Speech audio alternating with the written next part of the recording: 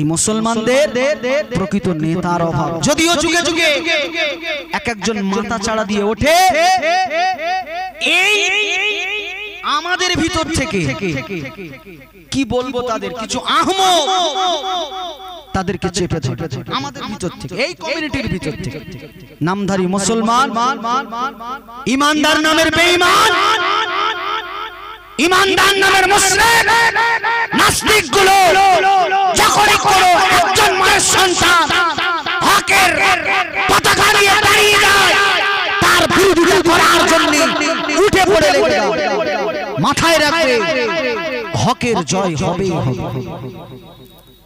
হকের জয় হবেই হবে। কেমন হকের জয়টা ঠিক তেমন, আপনি যদি বেলা দুপুর 1টার সময় দাঁড়িয়ে বলেন এখন রাত, এখন রাত, এখন রাত, ওটা যেমন রাত নয় দিন। হক রাখো, একদিন বিজয় করবে করবে, হক একদিন মাথা চাড়া দিয়ে উঠবে। যেমন এখন যারা মনে করছে না হক দিয়ে হককে ঢেকে ফেলবে, তারা ঠিক দুপুর 1টার সময় দাঁড়িয়ে দাঁড়িয়ে চিৎকার করছে এখন রাত একটা, রাত একটা, রাত একটা। কথা বুঝতে, হক আসবে, হক প্রতিষ্ঠা হবে, বুঝে শুনে পা ফেলতে হবে।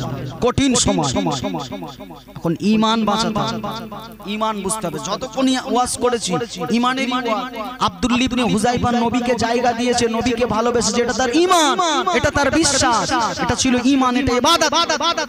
নবীকে ভালোবেসেছে ইবাদত নয়, এটা হচ্ছে ঈমান। নবীর ভালোবাসা এটা কি? ঈমান, এটা ঈমান। এই ঈমান তাদের দেশ ছিল, এই জন্য জয়লাভ বলছে। এই আমার বিবি, তুমি ভিতর থেকে দেখে নাও, আমি ভিতরে আসবো না যদি কিঞ্চিত পরিমাণ, জাররা পরিমাণ আমার তোমার ভালোবাসা ভিতরে আসে, নবীর ভালোবাসা তো ওই জাররা কমে যাবে, আমি হুযায়ফা যাব না। একবার গলা ছেড়ে বলেন সুবহানাল্লাহ। এই বাবাজি একটু জোরে বলেন সুবহানাল্লাহ। কি ভালোবাসা! নবী সাহাবী আব্দুল্লাহ ইবনে হুযায়ফা রাদিয়াল্লাহু তাআলা আনহু বাইরে থেকে বিবিকে ডেকে ডেকে বলে, বাইরে থেকে দেখো ভিতরে আসবো না। স্ত্রী বারে বারে অনুরোধ করে, আমার স্বামী গো একবার ভিতরে আসো, একবার কলিজা জুড়িয়ে দেখতে দাও, একবার আমাকে নয়ন করে দেখতে দাও, একবার আমার কাছে চলে এসো, মহব্বত করে দেখতে দাও। আব্দুল্লাহ ইবনে হুযায়ফা বলে, না না না, আমি যাব না, যাব না। তোমাকে দেখার বিনিময় আমার ভিতরে ভালোবাসা আসবে, নবীর ভালোবাসা কমে যাবে। আমি আব্দুল্লাহ ইবনে হুযায়ফা সহ্য করতে পারবো না। স্ত্রী ভিতর থেকে দেখে, স্ত্রী ভিতর থেকে দেখে আব্দুল্লাহ ইবনে হুযায়ফা দেখতে কেমন, আর পর্দার অন্তর থেকে দেখে আর হাও হাও করে কাঁদে। এত সুন্দর স্বামী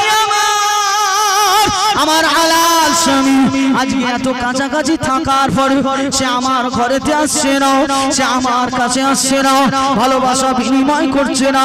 স্ত্রী ঘর থেকে ঝরঝর করে কাঁদে, আবার নিজেকে বোঝায়, নিজে নিজে সবর করে। আরে আমার স্বামী সে তো এমনিতে বলে না, নবীর ভালোবাসার জন্যে, শরিয়াতের জন্যে, ইসলামের জন্যে আমাকে এইভাবে ত্যাগ করছে, আমাকে দূরে সরিয়ে দিচ্ছে।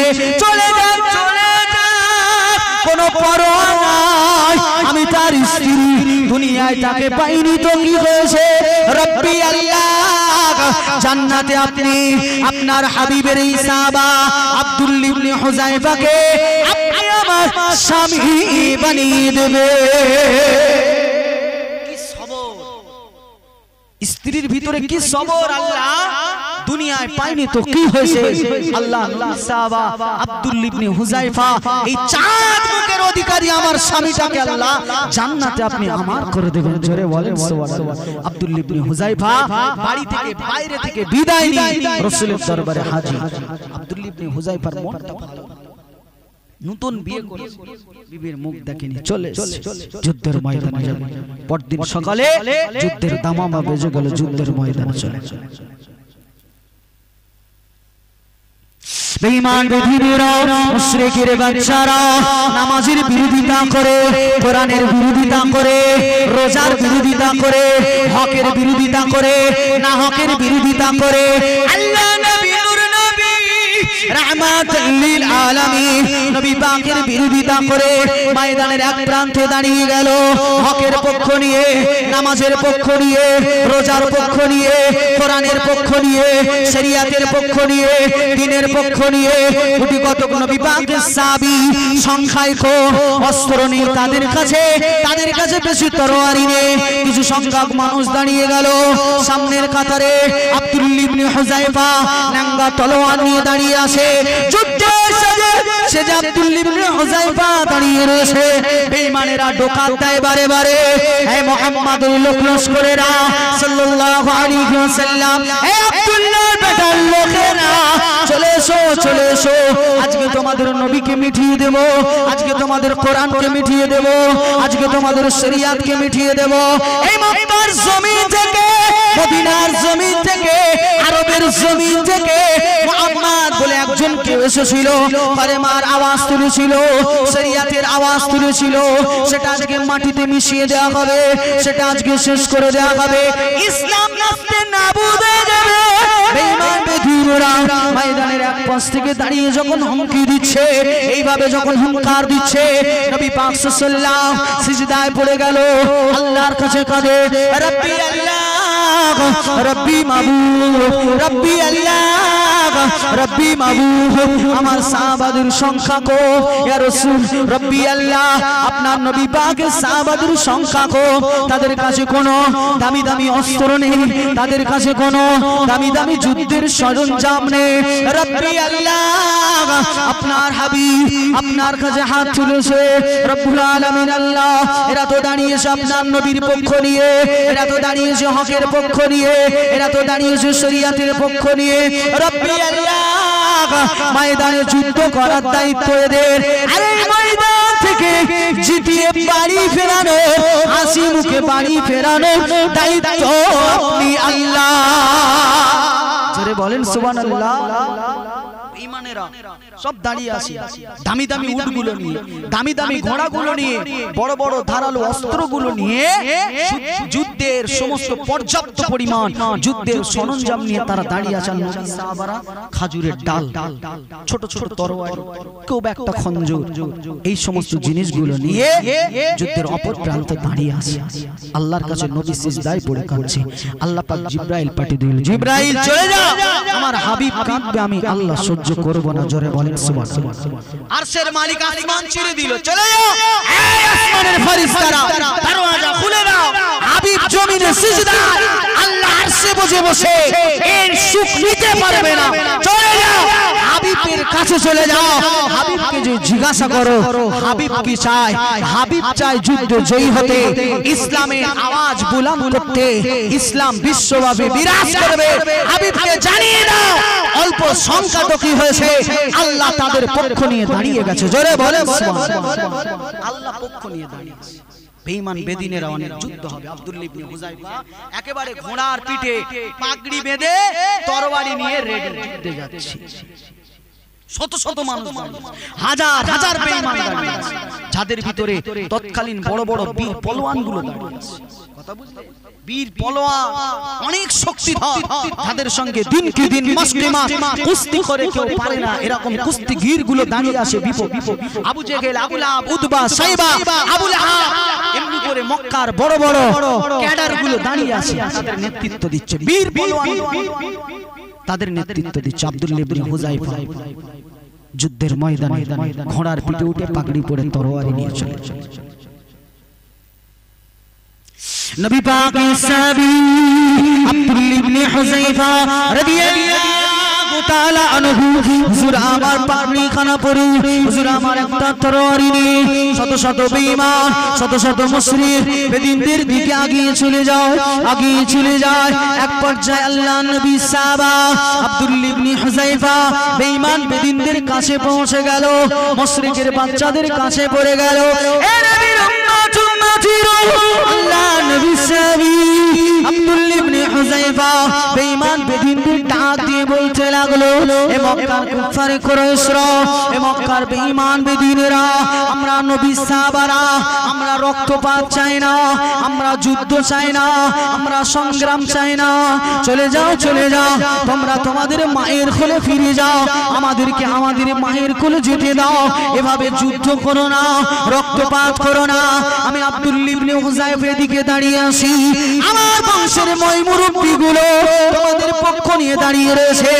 এমন কি কোন বাপ ওদিকে দাঁড়িয়ে রয়েছে, তাদের সন্তানের দিকে দাঁড়িয়ে রয়েছে, এদিকে বাপ দাঁড়িয়ে রয়েছে, ওদিকে সন্তান দাঁড়িয়ে রয়েছে, আমাদের চাচা ভাইপো দাঁড়িয়ে রয়েছি। এমন করে আমরা তো একই সমাজের মানুষ, আমরা একই জায়গায় বসবাস করি, একই জমিনে ঘোরাফেরা করি, সব নিজেদের নিজেদের মানুষ, ধর্মের ভেদাভেদ করি। আজকে আমরা যুদ্ধ চাই না। চলে যাও চলে যাও, তোমরা তোমাদের মায়ের কোলে ফিরে যাও, আমাদেরকে আপন স্থানে যেতে দাও। আল্লাহর নবী সাহাবী নূর নবী রাহমাতুল লিল আলামিন সাহাবী আব্দুল্লাহ ইবনে হুযায়ফা বেঈমানদের উদ্দেশ্যে এইভাবে বক্তব্য দিতে লাগলেন, এইভাবে বয়ান করতে লাগলেন। ঘোড়ার পিঠে দাঁড়িয়ে দাঁড়িয়ে বেঈমানদের এইভাবে বোঝাতে লাগলেন।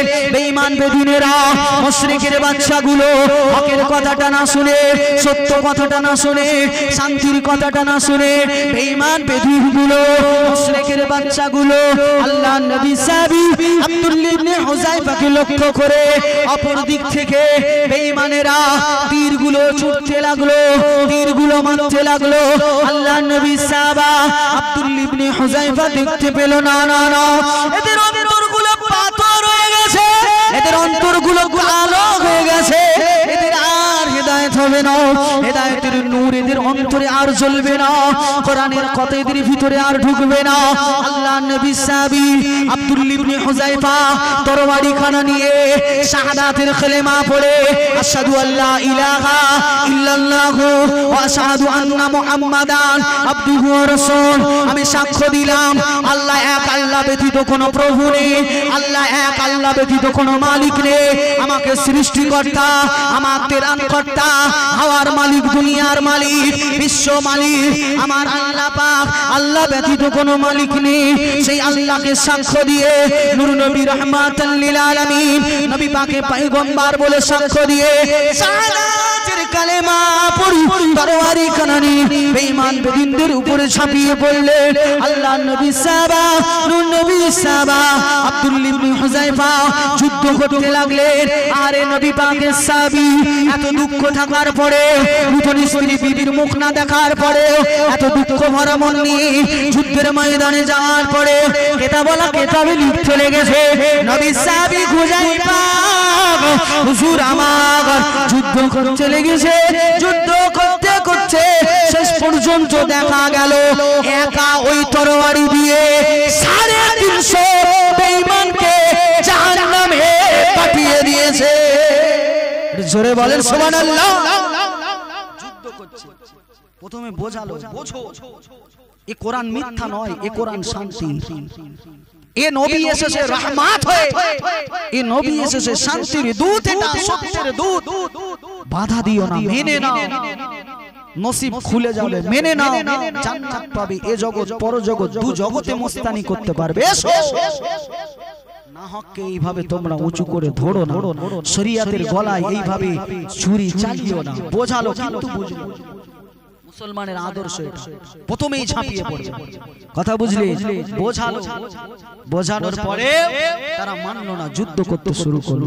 300 থেকে 350 বেঈমান নবী পাক সাল্লাল্লাহু আলাইহি ওয়াসাল্লামের বিরোধী মানুষদেরকে জাহান্নামে পাঠিয়ে আল্লাহ নবী নূর নবী রাহমাতুল লিল আলামিন নবী পাক সাহাবী আব্দুল্লাহ ইবনে হুযায়ফা আর এইভাবে যুদ্ধ করতে করতে শরিয়তের বীর পলোয়ান হকের জন্য বেঈমানদের সঙ্গে আপোষ না করে তাদের বিরুদ্ধে ঝাঁপিয়ে পড়ে সংগ্রাম করতে করতে যুদ্ধ করতে করতে 300 থেকে 350 বেঈমানকে জাহান্নামে পাঠানোর পরে আল্লাহ নবী নূর নবী রাহমাতুল লিল আলামিন নবী পাকের সাহাবী আব্দুল্লাহ ইবনে হুযায়ফা বড় ক্লান্ত হয়ে পড়লেন। মুশরিকের বাচ্চাগুলো আব্দুল্লাহ ইবনে হুযায়ফাকে ঘিরে ফেললেন।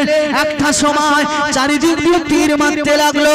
নবী সাহাবী আব্দুল্লাহ ইবনে হুযায়ফা একটা তীর এসে সিনায় গেঁথে গেল, একটা তীর এসে বুকে গেঁথে গেল, একটা তীর এসে মাজায় গেঁথে গেল, হাতে কানে নাকে মাথায় পায়ে উরুতে এমনি করে পুরো শরীরে তীরগুলো গেঁথে যায়।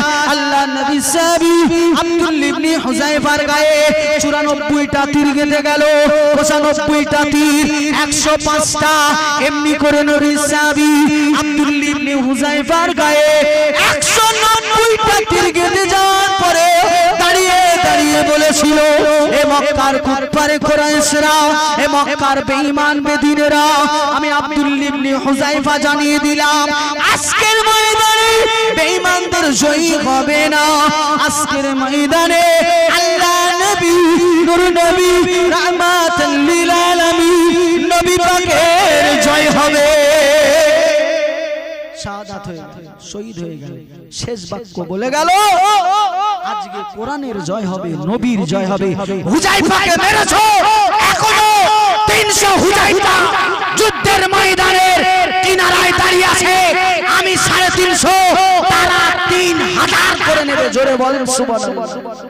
একজন নবীর সাহাবা 300 350 কাফেরকে জাহান্নামে পাঠিয়ে তখনও 190টা গায়ে তীর অঙ্গতে ভরে গেছে। সেই মানুষটা দাঁড়িয়ে তখনও জবান দিয়ে বলছে, বেঈমানেরা শোন, নবীর জয় হবে, হকের জয়।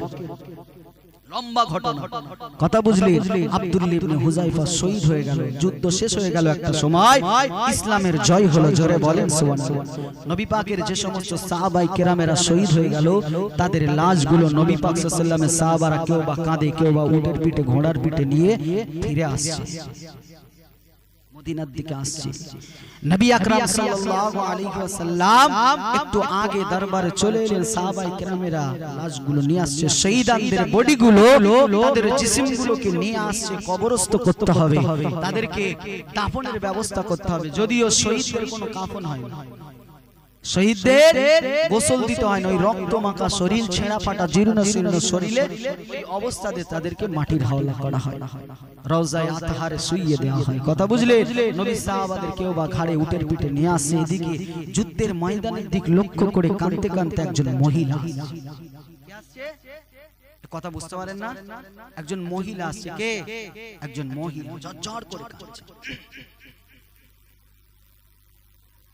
মুসলমান ঠান্ডা মাথায় বুঝুন, নিয়াতটা দেখো, নবী পাকের ভালোবাসা, নবী পাকের মহব্বত করা, নবী পাকের কলিজায় যদি জায়গা দেয়া হয় ফায়দাটা কি হয় দেখুন। আল্লাহ নবী নূর নবী রাহমাতুল লিল আলামিন একটা কাফেলা নিয়ে বাড়ির দিকে ফিরছে। একজন মহিলা ঝরঝর করে কাঁদতে কাঁদতে যুদ্ধের ময়দানের দিকে যাচ্ছে। নবীর কাফেলাটা পার হয়ে গেল। হযরত আবু বকর সিদ্দিক রাদিয়াল্লাহু তাআলা আনহু একটা কাফেলা নিয়ে ফিরছে, একদল মানুষদেরকে নিয়ে ফিরছে। নবী সাহাবা হযরত আবু বকর সিদ্দিক রাদিয়াল্লাহু তাআলা আনহু হুজুরের কাছে দাঁড়িয়ে দাঁড়িয়ে আব্দুল্লাহ ইবনে হুযায়ফার স্ত্রী ওই মহিলাটা এসে আবু বকর সিদ্দিকের সামনে দাঁড়িয়ে কাঁদতে কাঁদতে বলতে লাগলে, এ নবী পাকের সাহাবী, এ নবী পাকের সাহাবী, একটুখানি বলো বলো আমার স্বামীর খবরটা কি হলো? আবু বকর সিদ্দিক প্রশ্ন করে, মহিলা তোমার স্বামীটাকে একটু বলো, তোমার স্বামীটাকে একটু বলো। আল্লাহ নবী সাহাবী আবু বকর সিদ্দিক কথা বলার পরে ওই মহিলা কাঁদতে কাঁদতে বলে, আমি গোলাম তোমাদের ভাই আব্দুল্লাহ ইবনে হুযায়ফার স্ত্রী, সে আমাকে বিবাহ করেছে, আমার মুখটা এখনো দেখিনি, আমি তার মুখটা এখনো দেখিনি, আমি তাকে দেখতে চাই, সে শহীদ হয়েছে নাকি সে এখনো জীবিত রয়েছে, আমার স্বামীর খবরটা একটু বলো, আমি একটু আমার স্বামীকে দেখতে চাই। আল্লাহ নবী নূর নবী রাহমাতুল লিল আলামিন নবী পাকের সাহাবী সিদ্দিক আকবর আবু বকর সিদ্দিক, যাকে লক্ষ্য করে আল্লাহ নবী বলেন, আফজালুন নাস ইয়া আবু বকর, আফজালুন নাস ইয়া আবু বকর, পৃথিবীর জমিনে নবীদের পরে সবথেকে উৎকৃষ্ট মানুষ, সবথেকে ভালো মানুষ আমার আবু বকর সিদ্দিক। সবথেকে শ্রেষ্ঠ মানুষ, মানুষদের ভিতরে আফজালুন নাস, সবথেকে ভালো মানুষ, আফজাল মানুষ, সুন্দর মানুষ আমার আবু বকর সিদ্দিক। জোরে বলেন সুবহানাল্লাহ। সেই মানুষটার সামনে হুজুরের স্ত্রী বলছে, আমি আব্দুল্লাহ ইবনে হুযায়ফার স্ত্রী, আপনি আমাকে বলেন আমার স্বামীর খবরটা কি? হযরতে আবু বকর সিদ্দিক ভাবছে, আমি যদি এখন বলি শহীদ হয়েছে, একে ধরে রাখা যাবে না, কাঁদবে। নতুন বিবি চিন্তা করে বলছে, মিথ্যা কথা নয়, হিকমত লাগিয়ে আবু বকর সিদ্দিক বলছে, মহিলা শোনো, তোমার স্বামী আব্দুল্লাহ ইবনে হুযায়ফা যুদ্ধের ময়দানের পিছন দিক দিয়ে আসছে। একবার জোরে বলেন সুবহানাল্লাহ। স্ত্রী কাঁদতে কাঁদতে যুদ্ধের ময়দানে আগেন। হুজুরের স্ত্রী আগিয়ে যেতে যেতে আবার একটা কাফেলা দেখতে পায়, নবীর সাহাবীরা ফিরছে, নবীর সাহাবীরা আসছে। হুজুরের স্ত্রী ঝরঝর করে কাঁদে, একবার বলেন আমার স্বামীর খবরটা কি? কে বাবা মহিলা? হুজুরের সাহাবারা জিজ্ঞাসা করতে লাগলেন, হুজুরের স্ত্রী জবাব দিতে লাগলেন, আমি আপনাদের ভাই, আপনাদের সঙ্গী আব্দুল্লাহ ইবনে হুযায়ফার স্ত্রী। বলো বলো বলো, আমার স্বামী কোথায়? ওই কাফেলার মানুষগুলো চিন্তা করতে লাগলো, যদি তাকে বলা হয় স্বামী ইন্তেকাল হয়েছে, স্বামী শহীদ হয়ে গেছে, স্বামী আর বেঁচে নাই, এই মহিলা ভেঙে পড়বে, দুঃখ পাবে, কাঁদতে থাকবে, পথমধ্যে তাকে ধরে রাখা যাবে না। হুজুরের স্ত্রীর সঙ্গে একই কথা বলে দিলে, তোমার স্বামী যুদ্ধের ময়দানের পিছন দিক দিয়ে আসছে। হুজুরের স্ত্রী এবার হিকমত লাগাতে লাগলে, দুটো কাফেলাকে জিজ্ঞাসা করলাম, তারা বলে দিয়েছে আমার স্বামী যুদ্ধের ময়দানে পিছন দিক দিয়ে আসছে। এই খবরটা নিয়ে আল্লাহর নবীর দরবারে ছুটলেন। আল্লাহর নবী বসা, সাহাবায়ে কেরামেরা বসা, আল্লাহর নবীকে সালাম দিলেন, ইয়া রাসূলুল্লাহ, ইয়া হাবিবাল্লাহ, হুজুর বেয়াদবি মাফ করো, আমি আপনার দরবারে এসেছি, আমি আপনার দরবারে জানতে চাই। কি জানতে চাও মহিলা? ইয়া রাসূলুল্লাহ, ইয়া হাবিবাল্লাহ, আপনার আদেশ পে, আপনার হুকুম পে আমার স্বামী আব্দুল্লাহ ইবনে হুযায়ফা যুদ্ধের ময়দানে গিয়েছিল। ওই যুদ্ধের ময়দান থেকে যে সমস্ত কাফেলাগুলো ফিরছিল, ওই কাফেলার মানুষদের ঘরে আমি জিজ্ঞাসা করলাম, হে নবীর সাহাবীরা বলো বলো, আমার স্বামী আব্দুল্লাহ ইবনে হুযায়ফা কোথায়? তারা আমাকে জানিয়ে দিয়েছে যুদ্ধের ময়দানের পিছন দিয়ে আসছে। ইয়া রাসূলুল্লাহ, ইয়া হাবিবাল্লাহ, হুজুর আপনার সাহাবী আবু বকর সিদ্দিককে জিজ্ঞাসা করলাম আমার স্বামী কোথায়? সে একই কথা জানিয়েছে, আমার স্বামী যুদ্ধের ময়দানের পিছন দিক দিয়ে আসছে। ইয়া রাসূলুল্লাহ, ইয়া হাবিবাল্লাহ, হুজুর আমি আপনার মুখে শুনতে চাই, আপনি একবার জানিয়ে দেন আমার স্বামী কোথায়? আল্লাহর নবী বললেন, বাবা মহিলা শোনো শোনো, আমার আবু বকর যখন কথা দিয়েছে তোমার স্বামী যুদ্ধের ময়দানের পিছন দিক দিয়ে আসছে, আমি আল্লাহর নবী, আমি আল্লাহর হাবিব, আমিও জানিয়ে দিলাম তোমার স্বামী যুদ্ধের ময়দানের পিছন দিয়ে আসছে। জোরে বলেন সুবহানাল্লাহ। মূলত আব্দুল্লাহ ইবনে হুযায়ফা কি হলো? শহীদ হয়ে, শহীদের অমীয় সুদা পান করে দিল, শহীদ হয়ে গেল। এই কথা বুঝতে পারছেন? জীবনটা, রূহটা, আত্মাটা, জিসিম অর্থাৎ সাহাবা হুজুরের শরীরে ইন্তেকাল হয়ে গেছে, বিদায় নিয়েছে রূহের জগতে, তার রূহটা চলে গেছে আলা ইল্লিনে, তার রূহটা চলে গেছে। আব্দুল্লাহ ইবনে হুযায়ফা জমিনে বডি জিসিমটা শুয়ে রয়েছে। নবী বলে দিল যাও। আবু বকর যখন বলেছে যুদ্ধের ময়দানের পিছন দিয়ে ফিরছে, সাহাবারা যখন বলেছে যুদ্ধের ময়দানের পিছন দিয়ে ফিরছে, আমি রাসূলুল্লাহ আমিও জানিয়ে দিলাম আমার সাহাবা আব্দুল্লাহ ইবনে হুযায়ফা যুদ্ধের ময়দানের পিছন দিয়েই ফিরছে। একবার জোরে বলেন সুবহানাল্লাহ। নবী বলে হুজুরের স্ত্রী কি ভাবছে? পিছন দিয়ে ফিরছে মানে আমার স্বামী শহীদ হয়নি, কি হয়েছে? বেঁচে আছে, হায়াতে আছে আমার বাড়িতে। আবু বকর সিদ্দিক চিন্তা করেছিল কি যে আমি যদি এখন বলে দিই শহীদ হয়ে গেছে, সে ভেঙে পড়বে, কমজোর হয়ে যাবে, তাকে বাড়ি ফেরানো যাবে না, কাঁদবে, নতুন স্ত্রী নতুন বিবি সহ্য করবে কিভাবে? তাই হিকমত লাগিয়ে বলেছিল পিছন দিক দিয়ে আসছে, অর্থাৎ পিছন দিক দিয়ে সেটা বডিও আসতে পারে এবং বাঁচা আসতে পারে। কথা ঠিক কিনা? আবু বকর তো মিথ্যা কথা বলেনি, কিন্তু নবীর কাছে যখন হিকমত লাগিয়ে স্ত্রী চলে গেল আর যুদ্ধের ময়দানে না যেয়ে দেখে স্ত্রী চিন্তা করলো যদি স্বামী শহীদ হয়ে যায়, কিন্তু নবী যদি একবার বলে দেয় স্বামী বাড়ি ফিরছে, নিশ্চয়ই আমার স্বামী ফিরবে। জোরে বলেন সুবহানাল্লাহ। তাই তো দিন দুনিয়ার বাদশার দরবারে 190টা তীর লাগা একজন শহীদ নবী যেই বলে দিল, ফারিস্তা চিন্তায় পড়ে গেল। রব্বি আল্লাহ আপনার হাবিব ঘোষণা করেছে আব্দুল্লাহ ইবনে হুযায়ফা ফিরছে। আব্দুল্লাহ ইবনে হুযায়ফা বাড়ি আল্লাহর রহমতি দরিয়া জোশ মেরে গেল। আল্লাহ পাক জানিয়ে দিল, হে আজরাইল চলে যাও, চলে যাও, রূহটা যেখান থেকে নিয়ে এসেছো পুনরায় সেখানে ফিরিয়ে দিছো। কেন না আমার দাবি, আমার বন্ধু, আমার দোস্ত, আমার পেয়ারা, যার ওসিলায় আমি আল্লাহ এর মালাইকা তোদেরকে বানিয়েছি, যার ওসিলায় আমি আল্লাহ জান্নাত বানিয়েছি, যার ওসিলায় আমি আল্লাহ রূহের জগৎ বানিয়েছি, যার ওসিলায় আমি আল্লাহ জিসিম বানিয়েছি, দুনিয়া বানিয়েছি, সে আমার দোস্ত, আমার হাবিব তার জবান দিয়ে কথা দিয়েছে, আব্দুল্লাহ ইবনে হুযায়ফার স্ত্রী বাড়িতে চলে যাও, তোমার স্বামী যুদ্ধের ময়দান থেকে ফিরছে, হাবিব অপমান হয়ে যাবে, হাবিব মৃত্যু হয়ে যাবে, আমি আল্লাহ সহ্য করতে পারি না।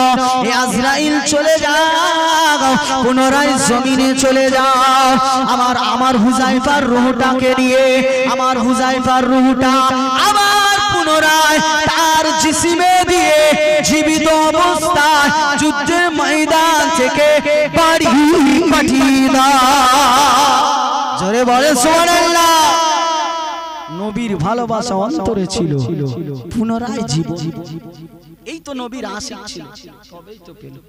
আর আমরা সকালে উঠেই এমন একটা সংবাদ আসে যে মনে হয় বেঁচে আছি বেকার। আসে কিনা? মুমিন মুসলমানের এমন সংবাদ আসবে কেন? হ্যাঁ, পরীক্ষা আসবে, নফসের বিনিময়, লুসকানের বিনিময়, ক্ষয়ক্ষতির মধ্য দিয়ে আপনার অনেক পরীক্ষা আসবে। তাই বলি এই যে জীবনে পরীক্ষা চলছে, মনে করেন না এগুলো পরীক্ষা। আপনি গরমের সময় ভীষণ ঘামেন, আপনার গা দিয়ে গন্ধ বার হয়, আপনি কি বলতে পারবেন আল্লাহ মনে হয় পরীক্ষা নিচ্ছে আমার গরম দিয়ে, গায়ের গন্ধ দিয়ে? বলতে পারবেন না। আপনার জন্য এটা মানা। পরীক্ষা তো ওটা ছিল, নতুন বিবি ছেড়ে যুদ্ধে যেতে। হ্যাঁ, পরীক্ষা তো ওটা ছিল, জীবন বানিয়ে হাজার হাজার বেঈমানের সামনে সিনাটা চওড়া করে আব্দুল্লাহ ইবনে হুযায়ফা দাঁড়িয়ে গিয়েছিল। একবার জোরে বলেন সুবহানাল্লাহ। তানারা পরীক্ষায় কামিয়াব হয়েছে। কথা বুঝতে পারছেন? আর আমাদের এই জিন্দেগি, এ পরীক্ষা কোন দাম না। তাহলে নবীর সাহাবী আব্দুল্লাহ ইবনে হুযায়ফার স্ত্রী নবীর কাছে গেল, নবী বলছে যাও, আবু বকর যখন বলেছে ফিরবে, আর আল্লাহ বলছে আমার হাবিব যখন বলেছে পুনরায় জিসিমে রূহটাকে ফুঁকে দাও, আব্দুল্লাহ ইবনে হুযায়ফাকে বাড়ি পাঠিয়ে দাও। একবার জোরে বলেন সুবহানাল্লাহ। নবীর ভালোবাসা অন্তরে ছিল, তাই সম্ভব হলো। আমাদেরও যদি নবীর ভালোবাসা সেই পর্যায়ে হয়, তবে আমরা সেরকম ফ্যাসিলিটি পাবো, নসিব কিন্তু। কথা বুঝতে পারছেন? প্রথমে যে কথা বলছিলাম, ভালোবাসি আর ভালোবেসে কাজ করে দেখায়, দুটো জিনিস অনেক আলাদা। মুখে বলতে অনেক সহজ লাগে, আমি এখানে বসে এক্ষুনি বলবো আমি ভারতবর্ষের রাজা, কোনো পয়সা লাগলো? হ্যাঁ, এটা আপনারা বিশ্বাস করেন আমি ভারতবর্ষের রাজা? হ্যাঁ, আমি যদি রাজভবন তৈরি করে সিংহাসনে বসে, আমি যদি ঠ্যাঙের উপরে ঠ্যাং দিয়ে সেই তাস পরে আমার বলতে হবে না আমি রাজা, তখন আপনারা জেনে নেবেন আমি রাজা, ঠিক কি না? ঠিক ততরূপ ভাবে নবীর আশিক আপনাকে দাবি করতে হবে না। নবিয়ানা কাজগুলো আপনি করেন, নবীর দেখানো পথ আপনি জারিয়া বানান, সেই রুটের উপরে আপনি চলেন, দেখবেন মানুষ জানবে এ আশিকে রাসূল, আমার আল্লাহ জানবে আশিকে রাসূল। মুখে কখনো বলতে হবে না, কথা বুঝতে পারলে? অতএব পরীক্ষা আসবে, পরীক্ষা দিতে হবে। হুব্বে রাসূলের দাবিদার হয়ে বসে থাকলে হবে না। আমি রাসূলকে ভালোবাসি, আমি বড় হুব্বে রাসূল, আমি বিড়ি খাওয়া ছাড়তে পারিনি। আমি নবীকে ভালোবাসি, আমি নবীর আশিক, আমি এখনো মিথ্যা বলা ছাড়তে পারিনি। আমি হুব্বে রাসূল, আমি এখনো ঘুষ খাওয়া ছাড়তে পারিনি। আমি হুব্বে রাসূল, নবীকে ভালোবাসি, আমি গীবত করা ছাড়তে পারিনি। আমি নবীকে ভালোবাসি, আমি হুব্বে রাসূল, আমি এখনো গালিগালাজ করা ছাড়তে পারিনি। আমি নবীকে ভালোবাসি, আমি হুব্বে রাসূল, আমি এখনো বিবিকে পিটানো ছাড়তে পারিনি। আমি নবীকে ভালোবাসি, আমি হুব্বে রাসূল, এখনো সন্তান সন্ততি তাদের কিভাবে লালন পালন করতে হয় এই জ্ঞান আমার ভিতরে আসেনি। এই মানুষগুলো হুব্বে রাসূল দাবি করে, এই দাবি করায় সার হবে ফায়দা কিছু কিছু কিছু কিছু কিছু। তাই ফিরে আসেন, সময় আছে, ফিরে আসেন। শেষ বেলায় কথা বলবো, আজকের আখেরি বক্তা হুজুর আসবেন শেষ